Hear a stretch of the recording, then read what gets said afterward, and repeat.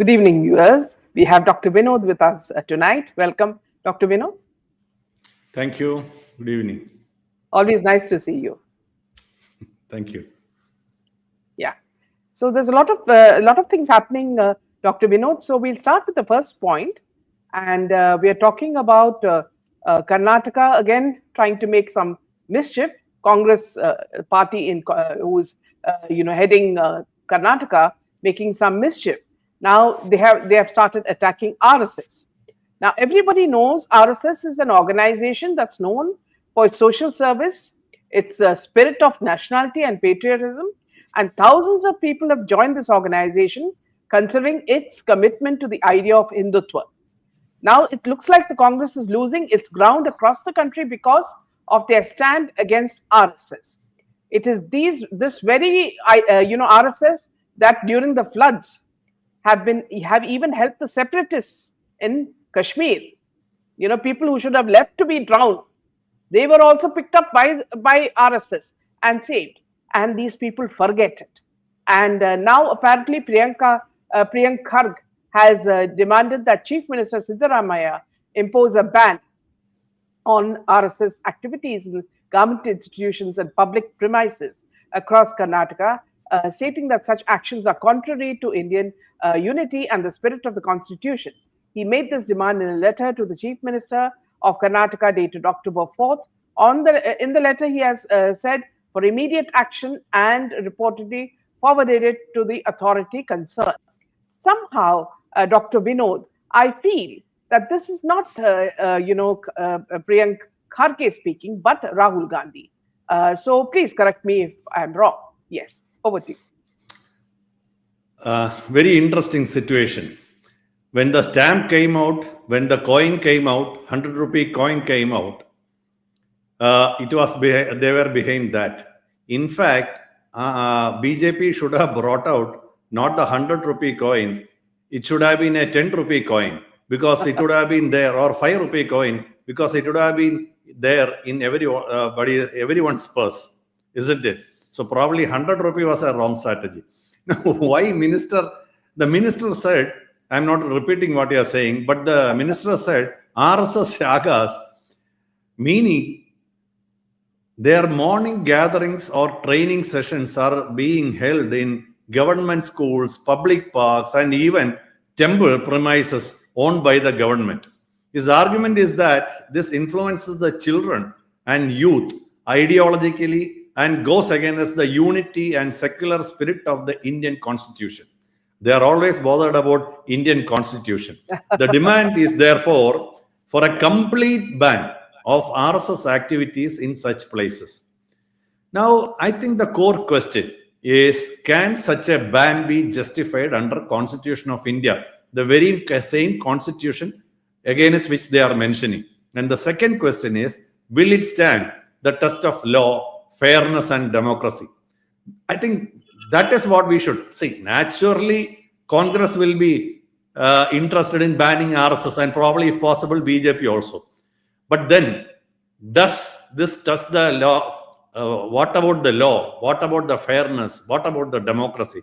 I think that is what we should probably think about that. Interestingly, the same Indian Constitution, which Priyank Kharge mentioned, gives every citizen 3 very important freedoms. Article 19(1), it is the freedom of speech and expression. Article 19(1)(b), that was the 1A, the first one I said, the freedom of speech and expression. 1B says the right to assemble peacefully and without arms. The Article 19(1)(c) is the right to form associations and unions. These rights can be restricted only for reasons like public order, morality, or national security.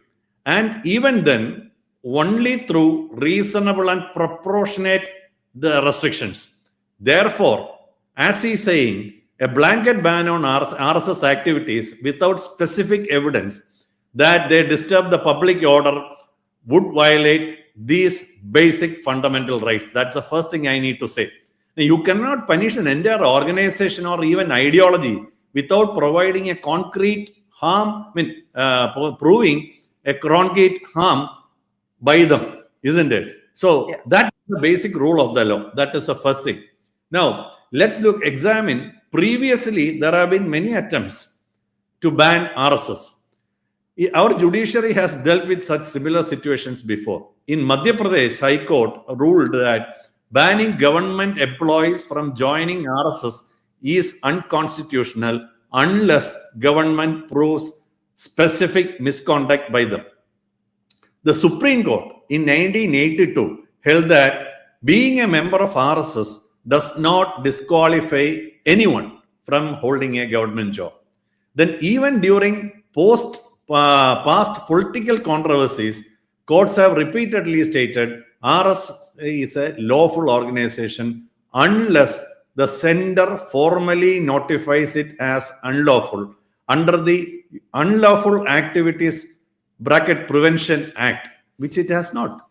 So legally, any state level ban will be struck down if challenged in the court. That is my basic point.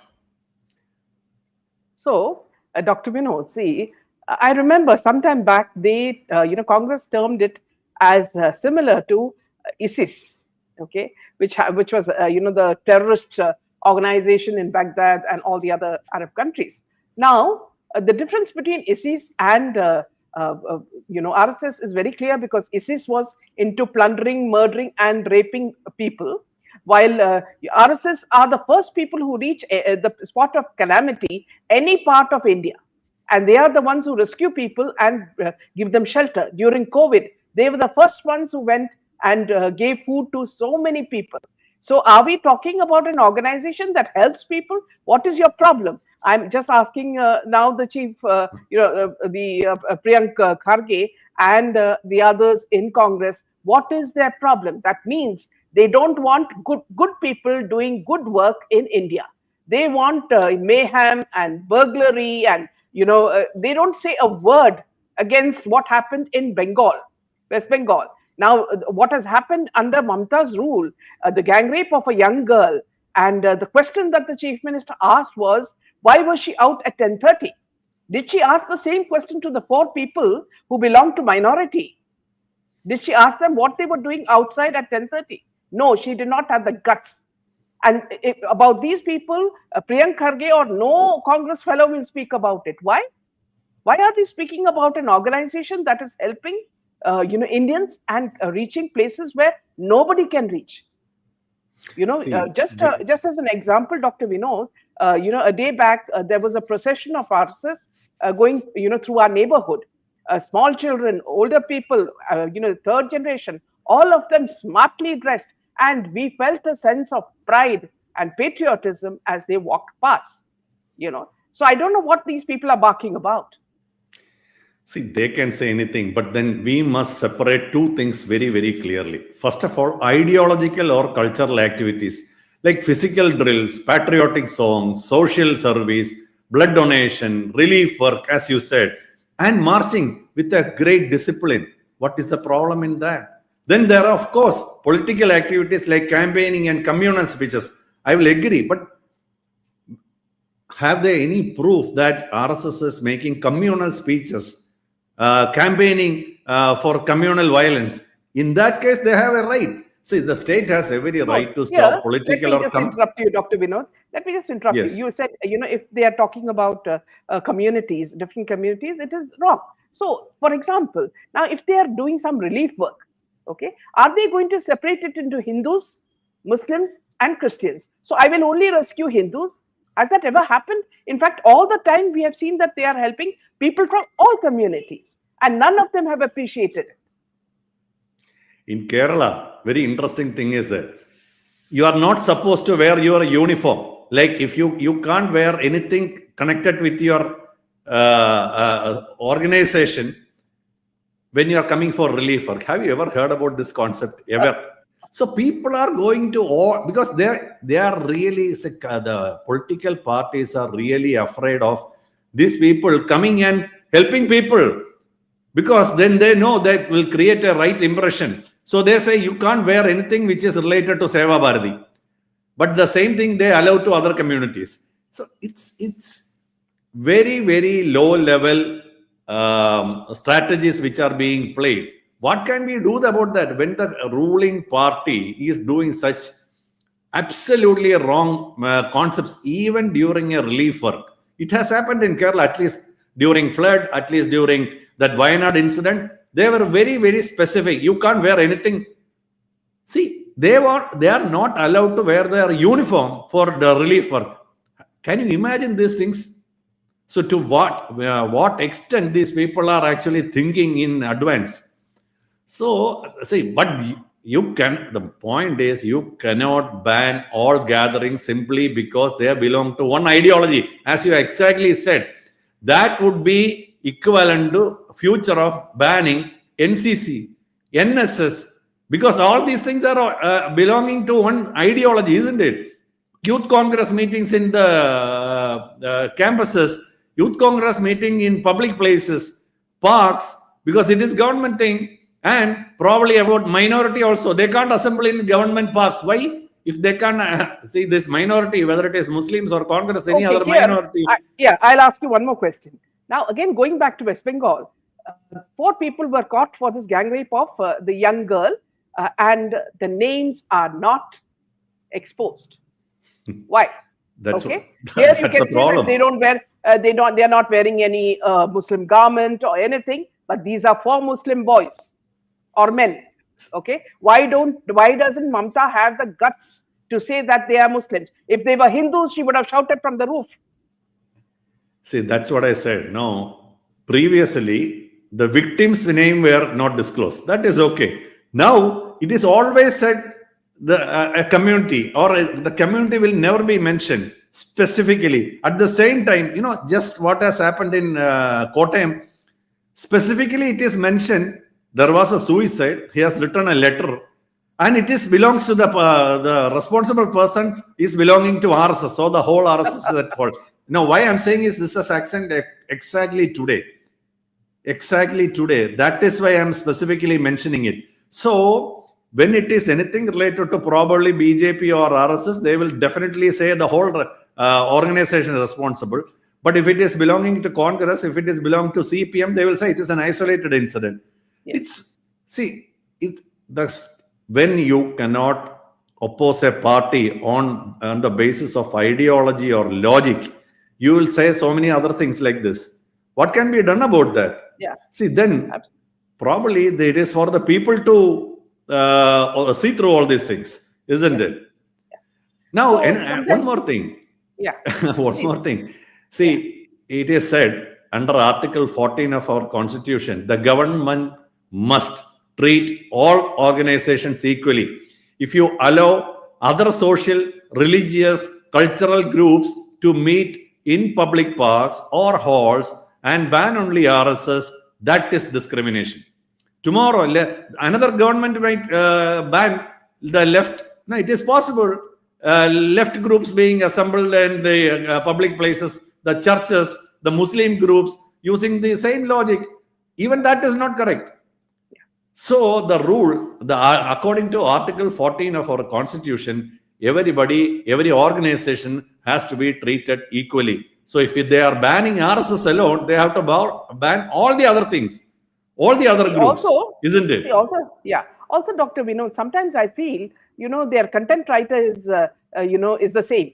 Because what Priyanka Gandhi is speaking and what Priyank Kharge is speaking, all of them are speaking the same language, which means that they don't even have the imagination to use different scripts. So it is more like Bollywood. Yeah, the same script, and it is being orchestrated with the same musical van. No, see, RSS has been previously also banned in 1970. After Mahatma Gandhi's assassination in 1948, RSS was banned.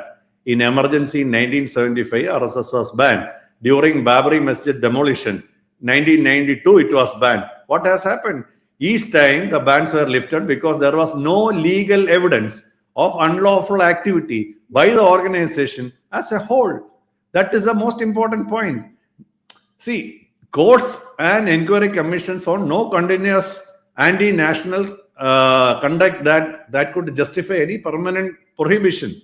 That is a problem. Now, there is actually a very interesting political angle to this also. See, imagine, Mallikarjun Garge, his father, this person's father, attended RSS meetings before. I think it was in 2002 or something. I don't know exact. Remember the day, but it has been he has very clearly gone to the RSS meeting. Now, see, another interesting thing. It is all about constitution. Who has actually misused constitution? Who declared emergency? The same Congress, and they are now speaking about, isn't it? In 1975, now every Congress person is lifting a small constitution book, isn't it?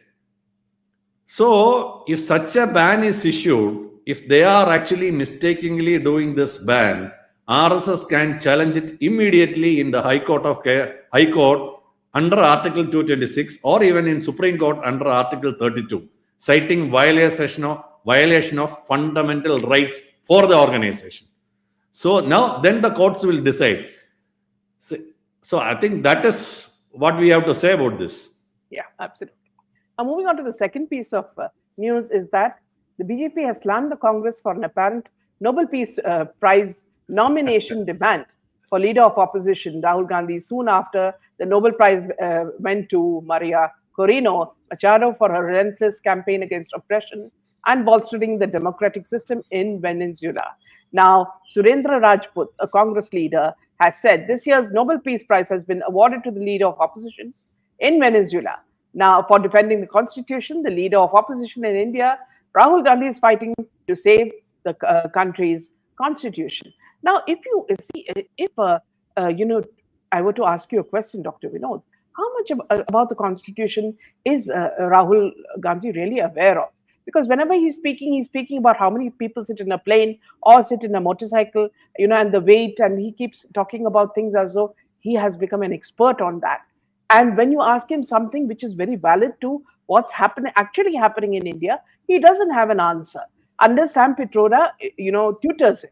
So even in this case, if he's to be elected as a Nobel Peace Prize winner, I wonder what he's going to speak. If he has to give a speech there. See, if he's going to, probably he will be tutored. But the basic question, already somebody has said, who is this Machado? In that case, if it has been given to a opposition leader, it should have been our Rahul Gandhi. Already people have said this year they have made a mistake by giving that Nobel Prize to Machado of Venezuela, because India's opposition leader is much more deserving Nobel Prize. See, these people doesn't have any idea about what is this Nobel Peace Prize given for. It honors people who risk their life for liberty, or they live for liberty for peace, human rights, democracy, often if it is under an authoritarian or a violent regime, then only the relevance of this comes. Is it a violent regime which is happening here? Rajiv Gandhi is allowed to go around the world, and even in India, anything he wants to say against Modi or India, he is allowed to do that. So where is the authoritarian concept is happening in India? But Machado fought when opposition, Venezuela's opposition was jailed. The newspapers were banned. Parties were outlawed. Elections were manipulated. See, India, by contrast, is a functioning constitutional democracy. We have free elections. We have independent courts. We have a powerful opposition and 24/7 active media. Situation is totally different and the Congress people are not realizing this. Therefore, comparing Rahul Gandhi's political opposition to the Venetian life-threatening struggle is factually wrong, morally wrong, isn't it? Factually wrong and morally wrong. And Nobel nominations are confidential for the last 50 years. So there is no nomination. See, it's all Trump who has brought out this nominating. I am nominating myself for the 7 Nobels together. Today he said I brought down the 8th one. So they themselves are becoming a laughing stock. India's democracy is not under any threat. the constitution functions, the president is there, the parliament is there, the Supreme Court is there, the election commission is there, controller and auditor general of India is there. All are working independently of each other. The election commission, Supreme Court, parliament, CAG, all these are different and totally independent. And every 5 years, 1 billion people, 1 billion, 100 crore people go and vote freely. The governments change at the center as well as in every state, which means democracy is working, isn't it? The very fact that, as I said before, Rahul Gandhi leads the opposition in parliament. See, he is leading the opposition in parliament, allowing him to come with a white banyan, speaks freely, travels nationwide, goes out to any country like secretly. Then again, he is coming back and saying all these things. That means our system is alive and not collapsing. Where is this? What is the relevance for? Is it because he is an opposition leader and has lost 3 elections in success, continuously got a hat trick for that? Does it qualify him for the Nobel Peace Prize? I really don't know. I'm really surprised at the interesting arguments these people are making. Yeah, absolutely. Isn't it? Yeah. So Neil is What to saying, do? yeah, Indira Gandhi hijacked Dr. Baba Saheb Ambedkar's constitution with maximum amount of changes and trampling preamble illegally during emergency. And Shekhar is saying Hindus, knowing everything, will still vote for these parties who always take a stand against Hinduism. Later crying over spilt milk is a waste of time and energy. So those are some of the comments coming in. See, basically Congress is trying to borrow moral legitimacy from an international award, probably to revive Rahul Gandhi's image. That's all I can say. They are trying now. They want an international award to revive his moral legitimacy for doing what he is doing to the country. It is an emotional ploy, I would say, to project him as a global defender of democracy. That's what I'm saying. He is going to be, they are trying to say he is a global defender of democracy. What a sorry state of affairs.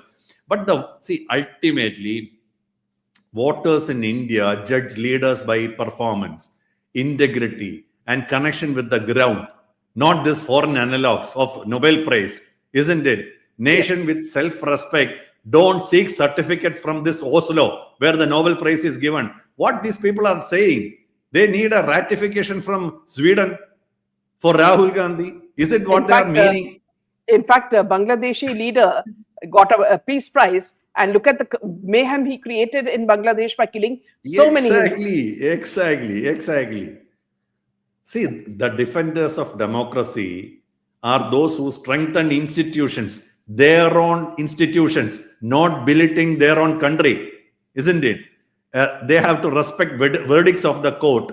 They have to avoid divisive narratives inside the country, outside the country. That is exactly Rahul is doing, and promote unity. And he should be promoting unity and development. Tell me, out of these 4, strengthening the institution, respecting the verdicts, and avoiding divisive narratives, and promoting unity, and what he has done about this, then how can he speak about peace prize?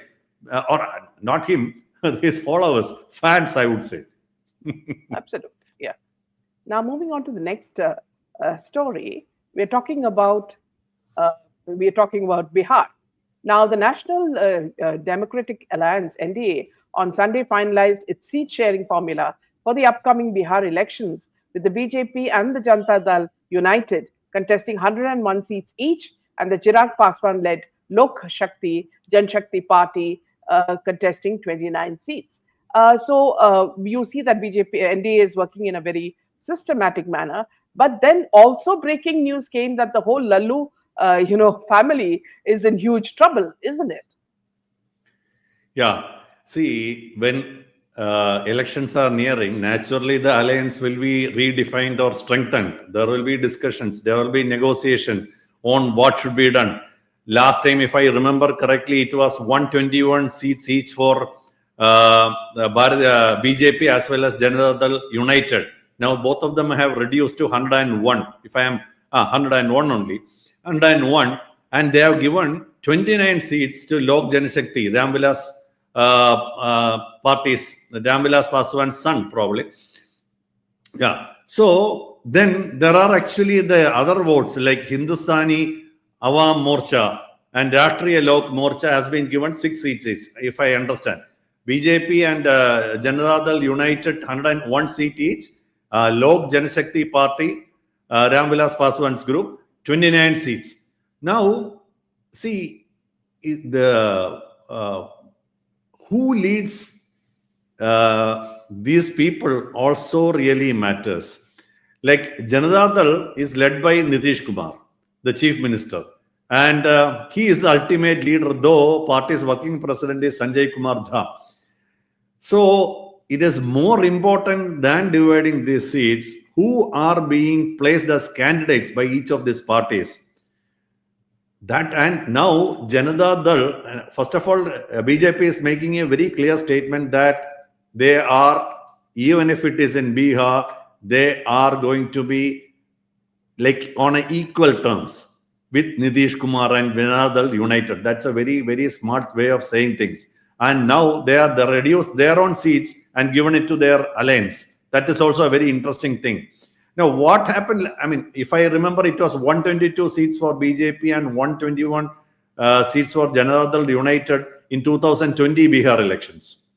So, and in that, BJP actually performed better than Janata Dal United, isn't it?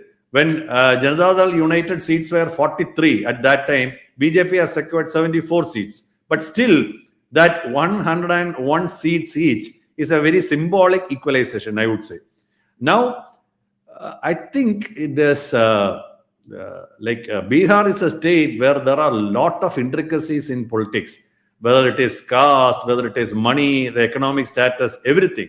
So they must be they are undergoing a lot of negotiation, and probably they are planning for a nice election. I don't know. Let's see what is going to happen about this. Chirag Paswan has taken advantage of this. He got a lot of advantage because he is now able to hold on to 29 constituencies. Whether they will win or not in all the 29 or majority of the 29 seats, that is yet to be seen during the elections. So I think it is candidate selection is very important. And then those who have got that HAM and RLM, who just got 5 to 6 seats, they may create problem. Dissatisfaction could be up. So we need to see what exactly will happen with this. At the same time, that Tejasvi Yadav's strategy, Congress leader strategy, everything will now come into play once they have decided. Now, Neil Rajurkar says, Dr. Nair, I observe that people get angry with ineffective corrupt system due to too much democracy, time wasting and corruption. We need effective, strong governance reforms to prevent another Nepal. Yeah, see, first of all, as long as our system is there, as long as RSS is there, I would also say that since we mentioned it to in this session in the morning, I don't think if such a riot happens, along with police, along with military, if they are not able to, and military will not be required. Police, I am sure RSS will come to the help of police in maintaining the integrity of India. I really don't doubt at any point. There will be violence probably, but it will be settled. I am sure it will be settled in the interest of the nation, because they have a large force supporting the integrity of the nation. So I don't fear such a thing will happen. My other question is that, if you look at Delhi, now, a lot of changes have come about after we, after we got a chief minister who's a woman, and the changes are very, very welcome, because a lot of these Rohingyas and Bangladeshis are being identified and thrown out. Their houses are being, demolished, and a lot of, things that we had wanted earlier is happening in Delhi, and the cleaning of Yamuna, and a lot of things that Arvind Kejriwal never bothered about when he was with UP. Now, could you tell us, Doctor, your own view of what's happening in Delhi and the kind of changes that we are seeing? See, I've actually not followed her much, but then she's so silently working. That is why we are not aware of that. Outside Delhi, people are not aware of what exactly is happening. Probably she's more interested in what Delhi people want and what Delhi people need to know. I have never seen a public, even heard a public statement from him in any of the national media. At least in our part of the world, nothing is being said about. But just imagine what would have the other fellow felt. Every day he will be in paper, no media, creating something, telling something. So probably she must be working very well, and that is what the reports say, as you have said. So she's most of probably a silent worker doing all these things. Ultimately, people will realize that. And according to the one person has asked, are people getting really angry? I don't think people are getting really angry. See, people are just fretting. People are not angry. If people were angry, I would say, if people were really angry, these people not have dared to do all these things. Say they know with a final patch of polishing, whitewash, just before the election, they could actually, I don't know whether it, see, most of the time, the problem is people vote according to the religion. People vote according to the caste, not according to the merit. So whose fault is that? As they have said, we get what we deserve. I don't think people are angry. People want their person to be there. Whatever he has done before, they just forget. And I want my man to be there. I want my community leader to be there. I want my religion person to be there. That is a very unfortunate state of events in our state. In Kerala, it is worse. Worse, probably. I think the rest of the states are much better in that. At least they get angry sometime. Here we don't get angry. We appear to have angry. I mean, at least I am speaking from my state. And they will go and vote for exactly the same person they have voted. Probably a very margin, a very small fraction of people smart enough to take a decisive action, and then this thing changes. What I call, see, look at the map. If you look at the difference in number of votes, you will be really surprised. It's small fraction which is deciding this way or that way. But in India, if you see, it's actually a very big change. When the party gets the vote, he gets it by margins, huge margin. That is, again, people are responding. So people should respond. People should at least feel anger within them that these people are not doing what they're supposed to do. Isn't it? But here, see, Dr. Vinod, you and I know very well, in many of the states, the liquor lobby is a very, very powerful lobby. And what happens is the poor man becomes addicted to alcohol, and they are struggling, to get money to buy alcohol. Then they return and they beat their wives up, and the wives are actually the breadwinners. So what happens is they are caught up in these daily tussles and other problems that they don't have the time to even think about who's ruling, because they're all caught up in this terrible state, isn't it? Yeah, but then alcohol and everything, actually, I don't blame any other person. I mean, we are actually, being a doctor, I would say, it is everybody. See, he had a choice. He got addicted. I won't say it is the government, actually, whichever is the government, whether it is BJP government or a Congress government, you can't put the blame on the government, but one thing, it is there in every place. See, I would say regarding addictions, I mean, it's basically a medical point. If you restrict too much, if you make it a big thing, it is going to get worse only. It is going to get worse only. See, it is costliest. The alcohol is costliest in Kerala, but still people take without any problem. Only thing is the amount of money which reaches a wife or amount of money which reaches a family has come down. That's all what has happened. No, what I meant, Dr. Vinod, is that, see, people are so caught up in their own mundane lives and the kind of problems they face that this is what the politicians make use of. Because, see, when you are struggling to even live, where are you going to think of what Rahul Gandhi said or what, I agree to that. Yeah, I will agree to that. See, they are creating a very conducive environment so that people are actually not thinking for themselves. Yeah, absolutely. Yeah, that I will agree. Yeah. Moving on to the next piece of news, Dr. Vinod, Mr. Gore, who is in New Delhi for a few days, will only take charge in the new year, the US Embassy said, raising speculation that he's here to firm up details for a meeting between Trump and Modi on the sidelines of the upcoming ASEAN-related summit in Kuala Lumpur on October 26th and 27th. He said, I'm confident that his tenure will further strengthen the India-US comprehensive global strategic partnership, PM Modi said on X.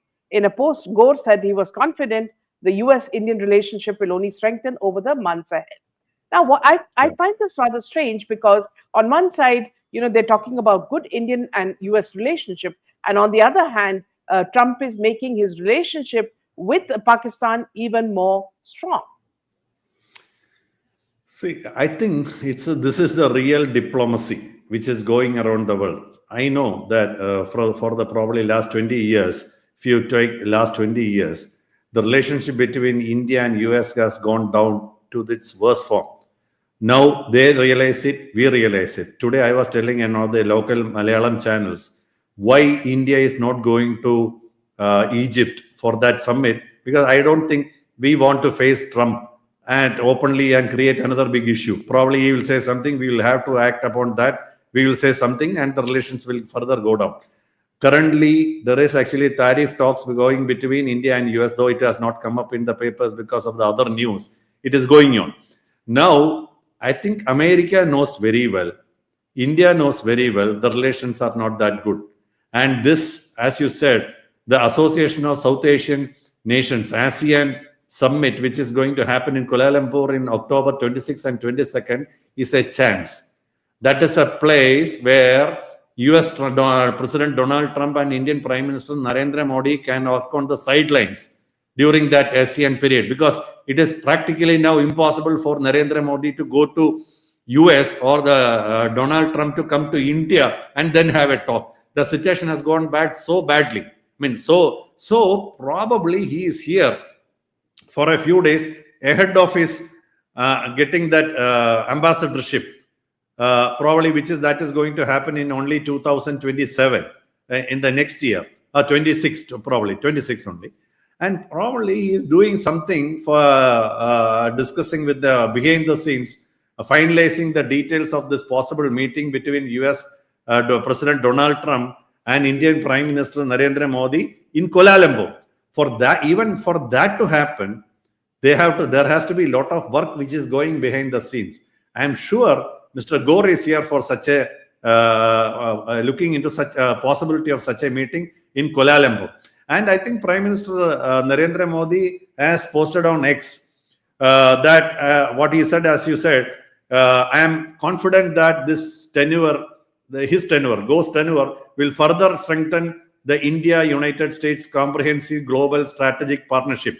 We have a very important strategic partnership with the US, which has probably gone down. And Gore, in his own post, has said, I am confident that United States and India relationship will only strengthen over the next few months ahead. So there are actually very interesting things. Let's understand why Mr. Gore is here and why his arrival in New Delhi matters. First of all, Mr. Gore is a very seasoned diplomat and a strategic policy expert, known for his backgrounds in South Asia, US relationship, trade diplomacy, and security cooperation. We have a defense corporation with the US, under the comprehensive global strategic partnership. India and United States have signed multiple defense agreements before, including there are three main things. I will say that. One is Logistic Exchange Memorandum of Agreement. It is called LEMOA, Logistics Exchange Memorandum of Agreement. The second one is Communication Compatibility and Security Agreement.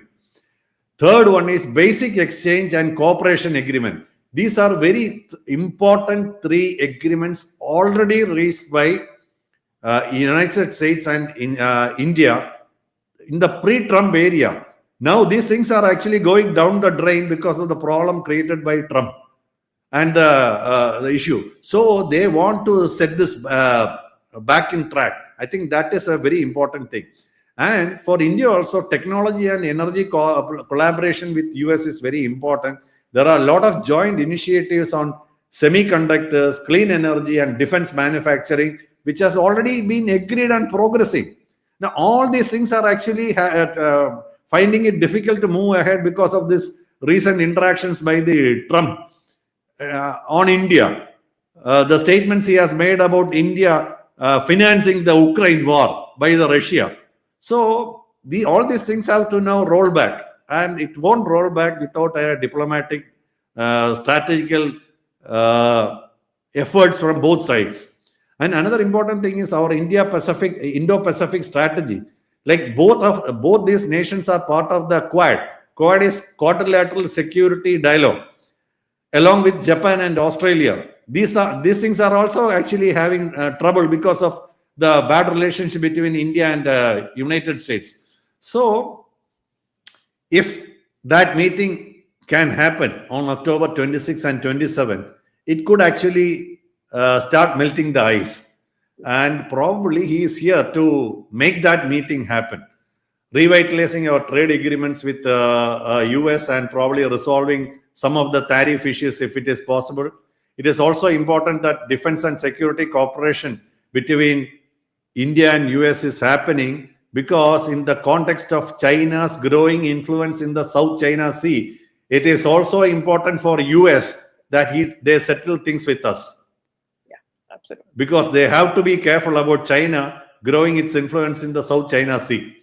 Yeah. Energy security is very important. Digital technology, AI collaboration. It is better for US that they start collaborating with India, because anyway India is going ahead with AI collaboration and digital technology, AI development. So it is better that we come to terms. Good, two smart democratic countries aligning together is the best choice if possible, and probably Mr. Gore is here for that. That is what I actually think about that visit. Yeah. If you could just briefly answer, Neil has said that Chirag Paswan likes BJP and Modi ji, but thinks JDU and Nitish has not had good governance rule. That is why he contested against all JDU candidates last time and dented their tally.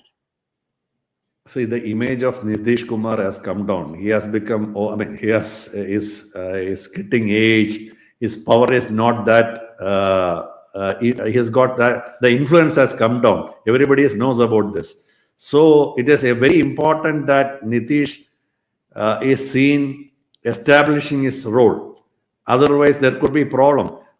If somebody gets weak and the other person will get the advantage. That is what I said. The advantage he got by getting, at least he is having 29 constituencies with him. Now, that was never the role before. So probably it's actually BJP is also making a strategic move. Chirag Paswan probably likes BJP and their alliance will come down. If in this election, ultimately what is being proved is that Nitish influence is coming down here, they are not getting enough seats, probably next time they will take over. See, BJP is making that bridge well in advance. Probably they are expecting some trouble with Nitish. I don't know. With this, we end the session. Thank you so much, Dr. Vinod. Wonderful session. As usual, we'll see you next week. Good night. Okay. Jai Hind Good night. and Jai Shri Ram. Jai Hind. Jai Shri Ram.